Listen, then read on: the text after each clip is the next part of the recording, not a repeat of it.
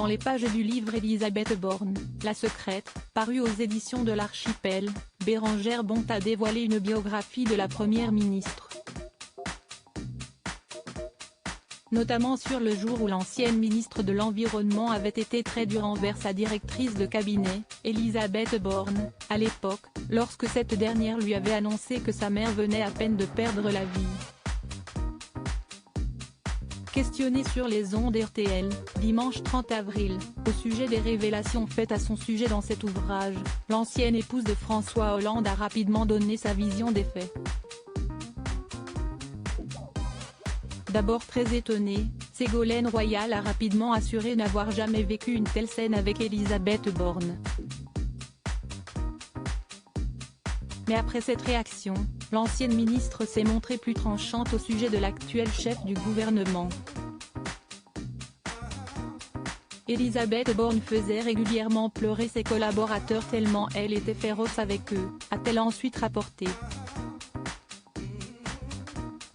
Précisant, par la même occasion, que dans tous les postes à haute responsabilité qu'a exercé Élisabeth Borne, elle a toujours eu cette réputation-là. Et de souligner ensuite, ferme, en tout cas, ce récit est totalement inventé. Supérieur à Élisabeth Borne, Bruno Le Maire. Découvrez les ministres à leur débuteuse Élisabeth Borne, que lui aurait assuré Ségolène Royal ce jour-là, le 30 avril 2015, c'est avec choc qu'Élisabeth Borne a appris que sa mère, Marguerite, avait perdu la vie.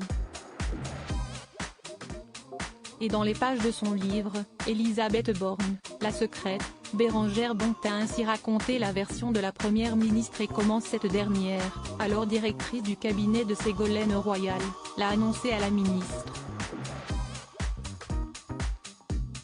Ma mère vient de mourir, je vais devoir partir, aurait simplement fait savoir Élisabeth Borne, encore sous le choc. Ah, mais ce n'est pas possible, aurait alors répondu Ségolène Royal. J'ai organisé votre pot de départ.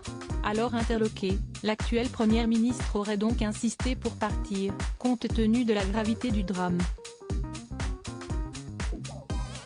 Madame la ministre, vous n'avez pas bien compris. Ma mère est morte. Il faut que j'y aille, lui aurait-elle répété.